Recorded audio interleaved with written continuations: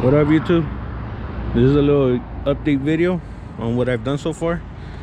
I've replaced the radiator support. I removed this fender already. We're looking for another fender just to cut up and replace it with. And we ran into a little issue where this radiator support was about an inch further back than where it should be, so it wouldn't line up.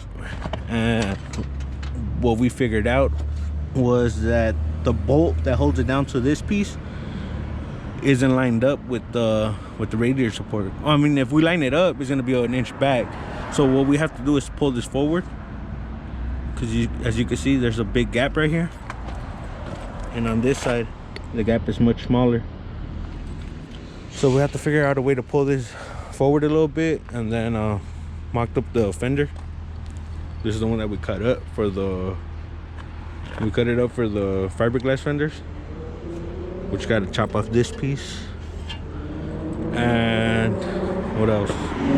We have to purchase another one of these for a Chevy. The one that we picked up was for GMC. The radiator support fits off of the GMC, just that the grill piece, this front piece here, is different.